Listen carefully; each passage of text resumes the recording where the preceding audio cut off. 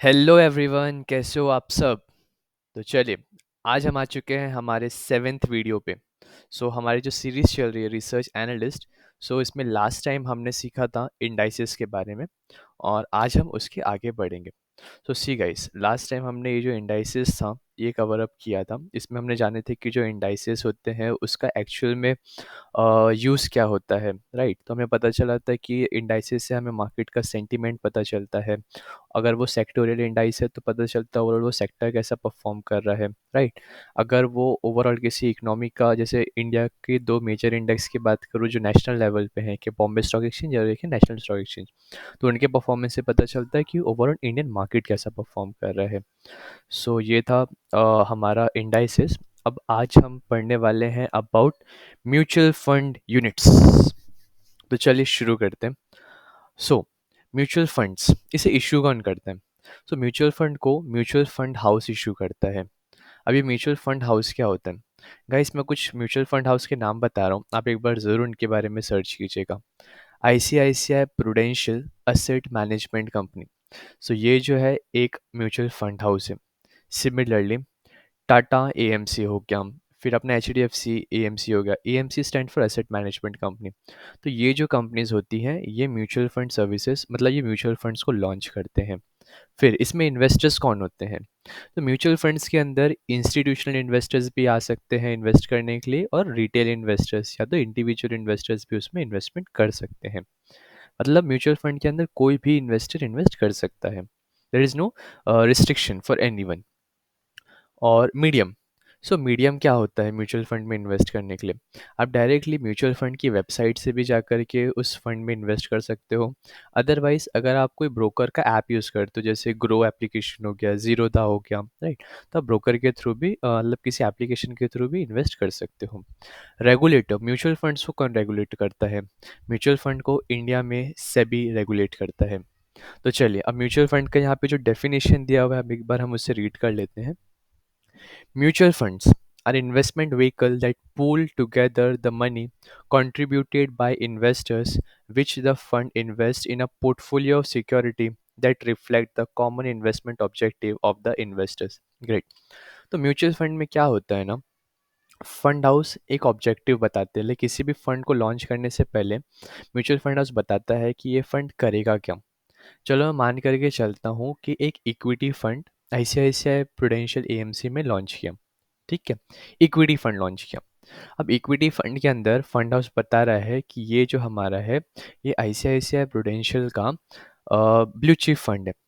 तो blue chip fund का गोल ये है कि वो इंडिया की टॉप 100 कंपनीज जो है, राइट, जो टॉप ब्लू चिप कंपनीज है उनमें से कुछ कंपनीज में ये फंड इन्वेस्ट करेगा। तो इसका इन्वेस्टमेंट ऑब्जेक्टिव क्लियर है। तो ये जब फंड आईसीआईसीआई प्रूडेंशियल इसका क्या लेकर के आएगी, जब फर्स्ट टाइम लॉन्च करिए एनएफओ लेकर के आएगी, न्यू फंड ऑफर। तो ये सारे इन्वेस्टर्स को बताया जाएगा कि आईसीआईसीआई फंड हाउस जो है एक अपना ब्लू चिप फंड लॉन्च कर रही है, एनएफओ लेकर के आ रही है। आप चाहो तो आप उसमें इन्वेस्ट कर सकते हो। तो यहाँ पे क्या होगा, जो जो इन्वेस्टर्स को इस फंड में इन्वेस्ट करना होगा वो अपना पैसा आईसीआईसीआई फंड हाउस में इस फंड में इन्वेस्ट करेंगे। दैट्स द रीज़न इसे कहा जाता है पूल ऑफ इन्वेस्टर्स, यानी कि यहाँ पे बहुत सारे इन्वेस्टर से पैसा कलेक्ट किया जाता है। फिर जो पैसा उन्होंने कलेक्ट किया, फिर जो फंड मैनेजर है वो उस फंड मैनेजर को, जो सपोज ब्लू चिप फंड है, राइट, तो टॉप 100 कंपनीज में से कुछ सिलेक्टिव कंपनीज में उस पैसे को इन्वेस्ट कर देंगे। और यहाँ पे इन्वेस्टर्स को क्या मिलेगा, जो भी इन्वेस्टर्स ने पैसा दिया है उनको उसके बदले में यूनिट्स अलॉट होंगे। सिंपल। और जब इनिशियल कोई भी फंड लॉन्च होता है, जब एनएफओ किसी भी फंड का आता है, तो जो इनिशियल प्राइस होता है ना वो 10 रुपीज़ होता है किसी भी फंड का। फिर सपोज किसी इन्वेस्टर ने, सिंपल एग्जांपल के लिए, किसी इन्वेस्टर ने 100 रुपीज़ इन्वेस्ट किया है उस म्यूचुअल फंड में, ऐसे प्रूडेंशियल म्यूचुअल फंड में। तो 100 रुपीज़ ने इन्वेस्ट किया तो उसे 10 यूनिट्स मिल जाएंगे उस फंड के। अब होगा क्या, सपोज उस फंड में जो जो कंपनीज है, एग्जाम्पल रिलायंस इंडस्ट्रीज है, टीसीएस है, इन्फोसिस है, आईटीसी है, राइट, फिर अलग अलग अच्छी कंपनीज है जैसे टीवीएस मोटर्स हो गए, आइशिया मोटर्स हो गए, पिडिलाइट हो गया, एशियन पेंट्स हो गया। तो ये कंपनीज में फंड ने इन्वेस्ट किया और अब वो फंड अच्छा कर रहा है, लाइक वो कंपनीज अच्छा कर रही है। तो धीरे धीरे इस फंड की एनएवी भी ग्रो कर दी जाएगी। एनएवी 10 रुपये से सपोज 12 रुपये हो गए। ठीक है। और ये टाइम ड्यूरेशन था सपोज 6 मंथ का। तो 6 मंथ के बाद जो इन्वेस्टर ने इन्वेस्ट किया है ना, वो तो उन्हें 100 रुपये दिखेगा, बट उसकी जो मार्केट वैल्यू होगी वो 120 रुपये दिखेगी, बिकॉज एक यूनिट अभी 10 रुपये से बढ़ करके 12 रुपये हो चुका। तो सिंपल वर्ड्स में म्यूचुअल फंड में क्या होता है, they collect money from different investors and they invest into different securities.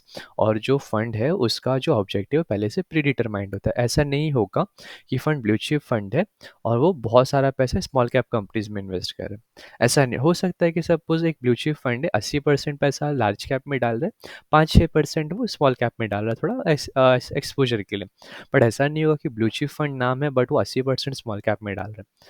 सो जो भी फंड का ऑब्जेक्टिव पहले ही बता दिया जाता है। फिर आगे बढ़ते हैं, the value of the units called the net asset value. तो सपोज मैंने बताया था ना 10 रुपीज़ होता है, लाइक कोई भी नया फंड जब लॉन्च होता है तो एक यूनिट का प्राइस 10 रुपीज़ होता है। 10 रुपये क्या होता है, वो फंड की एन होती है, नेट असेट वैल्यू। फिर सपोज फंड अच्छा कर रहा है तो एन 10 रुपये से 12 रुपीज़ हो गए, राइट। तो नेट असेट वैल्यू बढ़ गई फंड की। फिर changes continuously to reflect changes in value of the portfolio held by the fund. तो जो एन है ये हमेशा बढ़ती रहती है या कम भी होती रहती है, डिपेंडिंग अपॉन कि फंड की कंपनीज कैसा परफॉर्म कर रही हैं। So mutual fund schemes can be classified as open ended और क्लोज एंडेड फंड। मैं सिंपल वर्ड में आपको बताता हूँ। ओपन एंडेड फंड वो होते हैं जिसके अंदर आप कभी भी पैसा इन्वेस्ट कर सकते हो और कभी भी आप पैसा उसमें से विड्रॉ कर सकते हो, कोई भी लॉक इन नहीं होता। क्लोज एंडेड फंड क्या होता है, एक बार आप उसमें इन्वेस्ट करो, लाइक इन्वेस्ट करने से पहले ही ना यू शुड चेक कि फंड ओपन एंडेड या क्लोज एंडेड है। अगर ओपन एंडेड तो कोई इशू नहीं, आप इन्वेस्ट कीजिए और जब आपको रिक्वायरमेंट हो गया आप विड्रॉ कर सकते हो। क्लोज एंडेड में when you are investing, please please please check कर लीजिए कि उसका लॉक इन क्या है। मैं आपको एग्जांपल देता हूँ। एक फंड है जिसका नाम है ELSS, उसका फुल फॉर्म होता है इक्विटी लिंक्ड सेविंग स्कीम। ये एक फंड है जिसमें लोग टैक्स सेविंग के लिए इन्वेस्टमेंट करते हैं। अब ये जो फंड है ये 3 साल के लॉक इन पीरियड के साथ आता है। ये क्लोज एंडेड फंड है। सपोज आज आपने इस फंड में इन्वेस्ट किया तो आप अगले 3 साल के बाद ही उस फंड को आप विड्रॉ कर पाओगे। सो म्यूचुअल फंड में दो टाइप होते हैं, क्लोज एंडेड फंड और एक open ended fund. So, an open-ended scheme offers the investors an option to buy units from the fund at any time and sell the unit back to the fund at any time। जैसे मैंने बताया, open ended fund में कभी भी हम invest कर सकते हैं, कभी भी हम उस फंड से पैसा विड्रॉ कर सकते हैं। फिर this scheme do not have any fixed maturity period, right? The units can be bought and sold anytime at the NAV linked prices। Suppose मैंने 10 रुपये में इन्वेस्ट किया था, आज NAV 12 रुपये हो गई है, तो जब मैं विड्रॉ करूंगा तो मुझे ना 12 रुपये के हिसाब से मेरे यूनिट सोल्ड होंगे। ओके। तो ये क्या होता है, कभी भी सोल्ड होता है an link to the prices, मतलब करंट मार्केट के अकॉर्डिंगली वो मुझे मेरा पैसा वापस मिले। सपोज मैंने जब इन्वेस्ट किया था तो 10 रुपये, तो 5 साल के बाद एन ग्रो करके सपोज 60 रुपये 70 रुपये हो गई है। तो जो इतना हुआ ये मेरा कैपिटल गेन होगा, आई विल गेट 60 रुपीज़ के हिसाब से एन। ओके। तो ये था। Then the unit's capital of closed fund is fixed and they sell a specific number of units। यहाँ पे क्या होता है, स्टार्टिंग में बता दिया जाता है कि इतना लॉक इन है, उसके बाद ही आप अपने जो यूनिट्स हैं आप उनको सेल कर सकते हो। So units of close ended fund can be bought और sold in the stock market where they are mandatorily listed. Units of close-ended fund can be bought and sold on the stock market where they are mandatorily listed। सो यहाँ पे लोग ये कहना चाह रहे हैं कि अगर वो कोई डायरेक्ट इशू है, ओके, और वो लिस्टेड है तो उसको खरीदा बेचा भी जा सकता है। बट ऐसा रेयरली किसी केसेस में होगा, मोस्टली क्लोज एंडेड फंड में ऐसा नहीं होता है। क्लोज एंडेड फंड में क्या होता है, व्हेन यू आर इन्वेस्टिंग ना, तो उसके पीछे एक ऑब्जेक्टिव होता है। जैसे टैक्स सेविंग फंड जो मैंने बताया ELSS, उसमें गोल ही ये है कि टैक्स सेविंग के लिए इन्वेस्ट करना है। तो 3 साल के पहले उसमें से पैसा विड्रॉ करते ही नहीं है, और फंड हाउस पे अलाउ करता ही नहीं है। उसके अलावा और भी ऐसे फंड्स होते हैं जिसमें लॉक इन पीरियड होता है, जिसे हम क्लोज एंडेड फंड कहते हैं। मीन्स आप इन्वेस्ट करोगे, एक स्पेसिफिक टाइम के बाद ही आप उस पैसे को विड्रॉ कर सकते हो। देन अब हम डिस्कस करने वाले हैं about exchange traded fund, ETFs। तो गाइज ETF में और म्यूचुअल फंड में डिफरेंट क्या होता है? सबसे बड़ा डिफरेंट ये होता है कि जो ETF होते हैं ना, इसको हम डीमैट से, इसमें हम डीमैट अकाउंट के थ्रू इन्वेस्ट कर सकते हैं। ओके। सपोज मुझे ना गोल्ड ETF में इन्वेस्ट करना है। गोल्ड ETF में क्या होगा ना कि जो गवर्नमेंट है, ओके, उसके पास जितना भी फिजिकल गोल्ड है उसके अगेंस्ट में वो रिसिप्ट इशू करेगी। ओके, सो मुझे फिजिकल गोल्ड नहीं चाहिए, बट मेरे पास रिसिप्ट है that is equivalent to that physical gold. ठीक है, तो क्या करते हैं, ये जो रिसिप्ट होती है ना, उसको मार्केट में लिस्ट कर दिया जाता है और उससे हम खरीद और बेच सकते हैं। तो बेसिकली सिंपली मैं गोल्ड में इन्वेस्ट कर रहा हूँ, but I am not investing into physical gold, I am investing into digital gold, because वो लिस्ट हो चुकी है, लिस्ट होने के बाद वो डिजिटल फॉर्मेट में हो जाता है। तो सपोज़ मैं ईटीएफ में इन्वेस्ट करा, तो अपने डीमैट अकाउंट के थ्रू मैं इन्वेस्ट कर सकता हूँ। मुझे दिखाई देगा कि what is the current price of that ETF. Suppose 60 rupees का गोल्ड ईटीएफ है, तो मैं 60 रुपीज़ के प्राइस में ही उसमें इन्वेस्ट कर दूंगा। अब वो टाइम के हिसाब से, अगर सपोज़ 60 से वो 65 हुआ, 70 हुआ, when I will be redeeming, तो मुझे 70 रुपीज़, 65 रुपीज़ जो भी उस टाइम पे करंट मार्केट प्राइस है उसके अकॉर्डिंगली मुझे मिलेगा। तो सिमिलरली टू स्टॉक्स, हम ईटीएफ्स को भी डीमैट के थ्रू इन्वेस्ट कर सकते हैं, हम उसको रियल मार्केट प्राइस पे सेल कर सकते हैं। ओके, और जो इसका ग्रोथ होता है ना ईटीएफ्स का, सपोज गोल्ड ईटीएफ है तो गोल्ड के अकॉर्डिंग जितना गोल्ड में ग्रोथ हो रहा है वैसा ही इसके ईटीएफ में भी ग्रो होगा। ठीक है, तो दैट इज ईटीएफ। ईटीएफ जो होते हैं वो सिर्फ कमोडिटीज़ के नहीं होते हैं, there are ETFs of the index also. अभी जैसे कि निफ्टी 50 का एक ईटीएफ हो गया। तो सपोज आप क्या कर रहे हो, आप म्यूचुअल फंड के थ्रू इन्वेस्ट नहीं कर रहे हो, तो आप क्या कर सकते हो, ईटीएफ के थ्रू भी उस इंडेक्स में इन्वेस्ट कर सकते हो। So that was simply about ETF, exchange traded funds. चलिए, इसको इश्यू कौन करता है, ये म्यूचुअल फंड हाउस इसको इश्यू करते हैं। जैसे कि ICICI prudential Nifty 50 index fund हो गया, राइट। तो इस तरीके से ETF fund mutual fund house issue करते हैं। फिर इन्वेस्टर्स कौन होते हैं इसमें, रिटेल इन्वेस्टर्स भी होते हैं, अल्ट्रा एच एन आई इन्वेस्टर्स होते हैं, इंस्टीट्यूशनल इन्वेस्टर्स, सब इसमें इन्वेस्ट कर सकते हैं। It is open for everyone. Medium क्या होता है, direct issuance by mutual fund और stock exchange.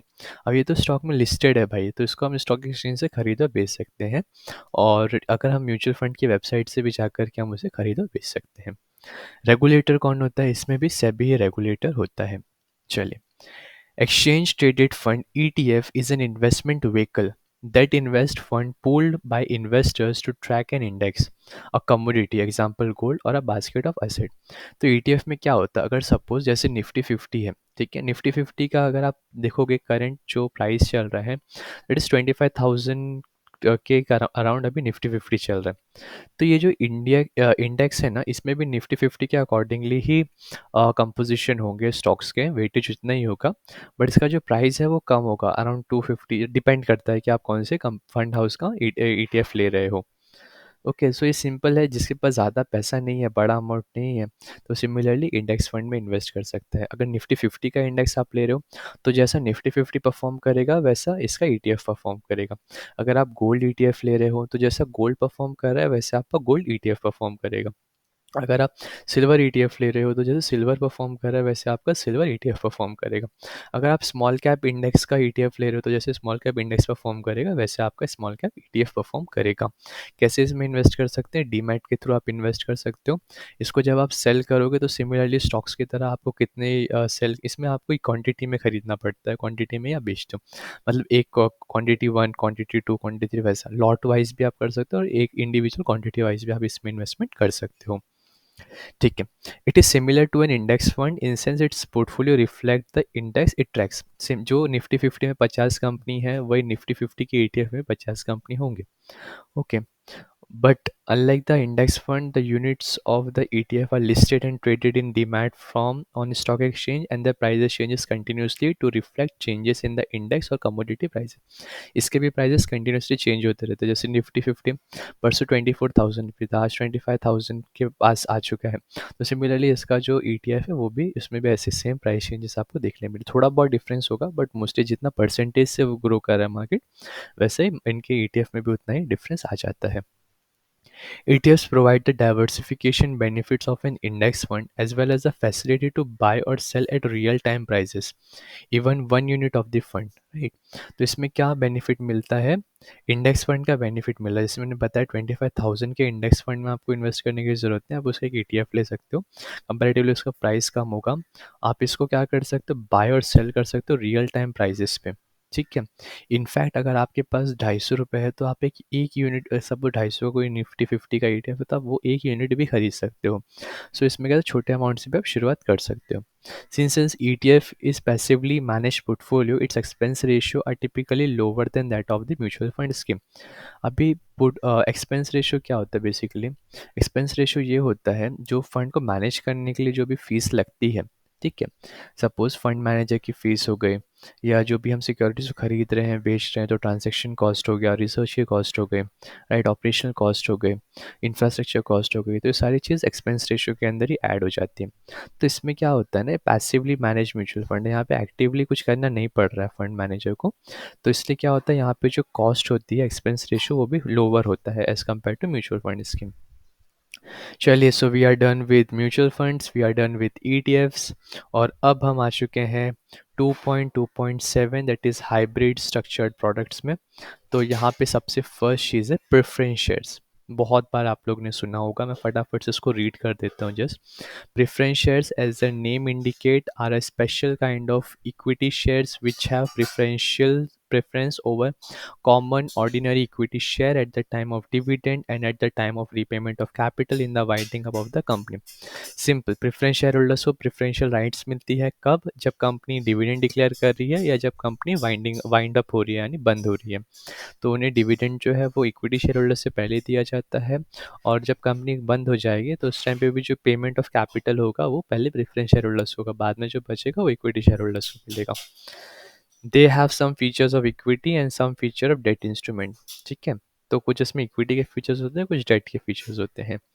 Preference shares resemble equity as preference share holders are called share holders of the company, not creditors. Okay. Payment to them is termed as dividend at the same is paid from the profit after tax as dividend payment. It is not an obligation unlike interest. तो similarly यहाँ पे क्या कहना चाह रहे हैं, preference share holders भी क्या है, share holders of the company, ठीक है। They are not the creditors, but जो डिविडेंड हम पे करते हैं ना उन्हें सेम पे किया जाता है, प्रॉफिट आफ्टर टैक्स से ही पे किया जाता है। और ये डिविडेंड जो है ना ये भी option, it is not an obligation. Optional मतलब क्या होता है कि कंपनी वांट्स, अगर कंपनी डिक्लेयर कर रही है तो वो देगी, अगर कंपनी डिक्लेयर नहीं कर रही है तो ऐसा कुछ मैंडेटरी नहीं है कि प्रेफरेंस शेयर होल्डर्स को डिविडेंड मिलना ही चाहिए। Unlike common equity shares, preference shares do not carry voting rights or right over the residual assets of the company in case of winding up. तो जो लाइक इक्विटी शेयर होल्डर्स होते हैं उनके पास voting rights होता है, यहाँ पे साफ साफ लिखा है preference shares do not carry voting rights and right over residual assets of the company. अब ये रेसिडुअल एसेट्स क्या होते हैं एक बार हम चेक कर लेते हैं। हमने न्यू टैब ओपन किया, वी वेंट टू गूगल, हमने यहाँ पे डाला इसका सिंपल मीनिंग क्या होता है भाई, बता दीजिए। मीनिंग की स्पेलिंग रॉन्ग है, ME, चलो ठीक है। Residual assets are asset that remain after a company has allocated enough assets to pay all senior debt holders in fund, ठीक है। Remain after a company is allocated, समझा। So suppose company ने क्या किया, company के ऊपर date थे, right, तो सब पे करने के बाद जो एसेट बचते हैं तो उसे हम रेसिडुअल एसेट्स कहते हैं। मतलब फिर भी कम सारे पेमेंट होगा बट फिर भी कंपनी के पास इतना पैसा बचा हुआ है या इतने एसेट्स बचे हुए हैं तो रेसिडुअल एसेट्स हैं, तो इनको उस पर भी कोई राइट नहीं मिलता है। चलिए आगे बढ़ते हैं। Preference shares resemble debt instruments because they offer predetermined rate of dividend and this dividend is payable before any dividend is paid on common equity. So उन्हें ना पहले से बता दिया जाता है कि इतना डिविडेंड आपको मिलेगा और ये जो डिविडेंड है ये कॉमन इक्विटी शेयर होल्डर्स को देने से पहले उन्हें दिया जाता है बिकॉज उनके पास प्रेफरेंशियल राइट्स है। Further, in case of winding up of the company, preference shareholders get paid before common equity holders. Same जैसे हमने बताया, दो ही तो राइट उनके पास, एक preference in getting dividend and second preference in getting the capital back at the time of winding up of a company. In other words, these shareholders have preference over the common equity shareholders at the time of distribution of both earnings and assets. Great. मतलब इनके preferential rights है। They there are variety of preferentials, okay, variety of preferentials बोलते हैं यहाँ पे दिए हुए हैं कुछ, जैसे क्यूमुलेटिव। क्यूमुलेटिव का मतलब क्या है कि सपोज कंपनी ने ऑपरेशंस किया, उन्हें प्रॉफिट हुआ, ओके, एक क्वार्टर में प्रॉफिट हुआ, सेकंड क्वार्टर में प्रॉफिट हुआ, बट कंपनी डिविडेंड नहीं दे रही है।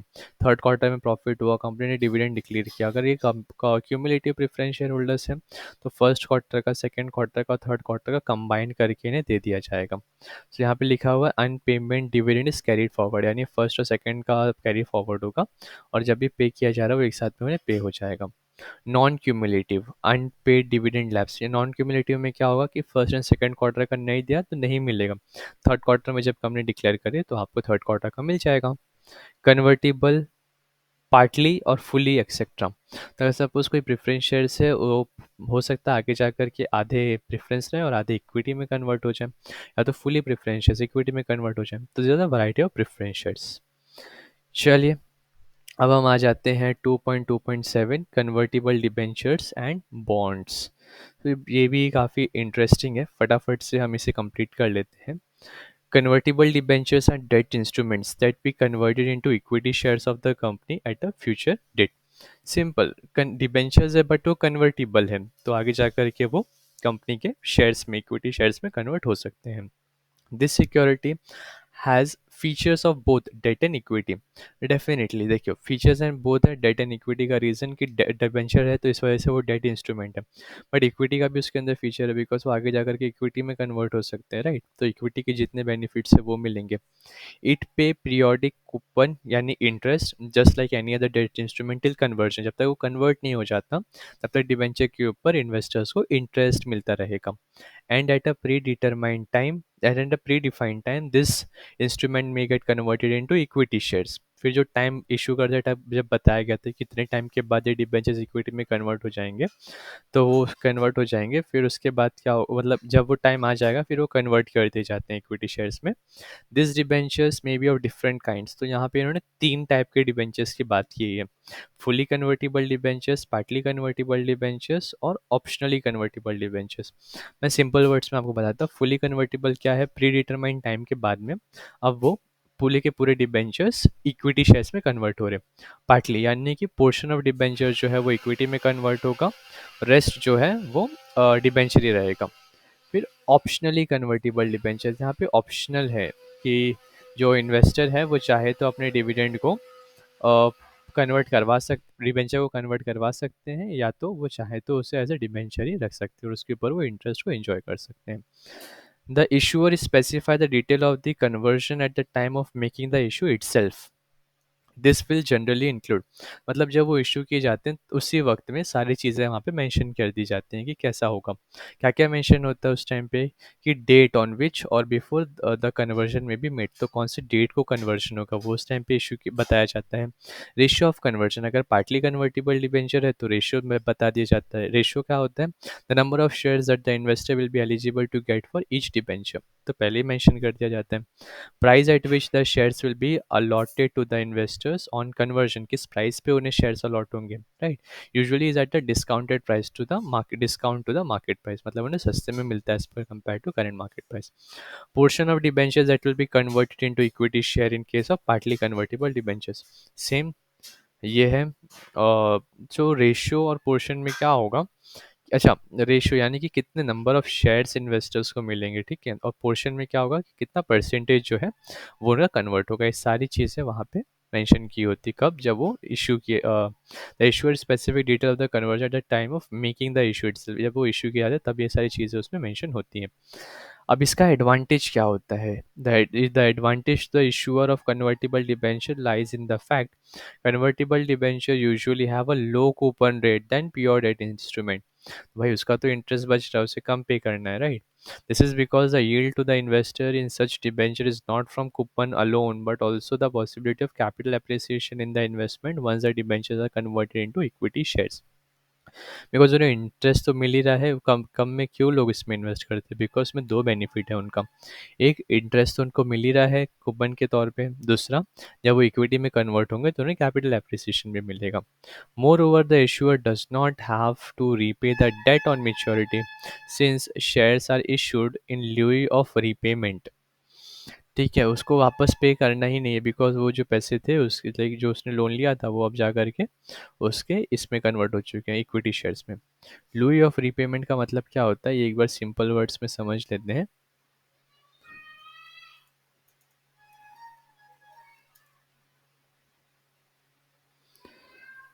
Louis of means is a place is a or intent of payment of Louis means giving a payment in place of something else. Great, ठीक है. To give a payment in place of something else. तो उन्हें उन्होंने लिया पैसा है but वो पैसे के बदले में क्या दे रहे हैं, शेयर दे रहे हैं. Simple. The advantage to this is that stakes of the existing shareholders get diluted. The advantage to this is that stake of the existing shareholders get diluted when fresh shares are issued on conversion. जो existing shareholders है उनका जो ownership का percentage है वो dilute हो जाता है, यानी कि suppose पहले 10 shares थे, अब वो और कन्वर्ट हो गए, राइट. तो 10 शेयर में सबका सपोज 10 इन्वेस्टर थे और 10 शेयर थे, तो सबका 1-1% का हिस्सा था. अब जो है वो शेयर बढ़ करके 12 हो गए हैं या सपोज 15 हो गए हैं, तो सबका जो ओनरशिप था वो एक से कम हो करके 0.7 ही ऐसा रह जाएगा, राइट. तो ये एक डिसएडवांटेज होता है किसका, कन्वर्टिबल डिवेंचर्स का. The investors in convertible debenture have the advantage of equity and debt features. Like उन्हें इंटरेस्ट मिलते हैं और फिर बाद में कैपिटल एप्रिसिएशन भी मिलता है. They earn coupon income in the initial stage, usually when the company protect is in its nascent stage, यानी छोटे स्टेज में जब कंपनी होती है तो उन्हें उस पर इंटरेस्ट मिलता है. And once the debenture is converted into share, they may benefit from appreciation in the value of the share. तो this was convertible debentures and bonds. तो आज हमने 3 चीज़ सीखा है गाइस. सबसे पहला म्यूचुअल फंड के बारे में हमने जाना, फिर ईटीएफ्स क्या होते हैं, प्रेफरेंस शेयर्स क्या होते हैं, and convertible debentures and bonds क्या होते हैं. आई होप आपको ये चीज़ें समझ में आई होंगी. कुछ भी डाउट है तो प्लीज़ कमेंट सेशन में बताइएगा गाइस. और नेक्स्ट वीडियो में हम आईडीआर, जीटीआर एंड ईडीआर को समझने वाले हैं बहुत ही सिंपल लैंग्वेज में. Thank you so much for your precious time guys. Have a wonderful day ahead. Bye bye.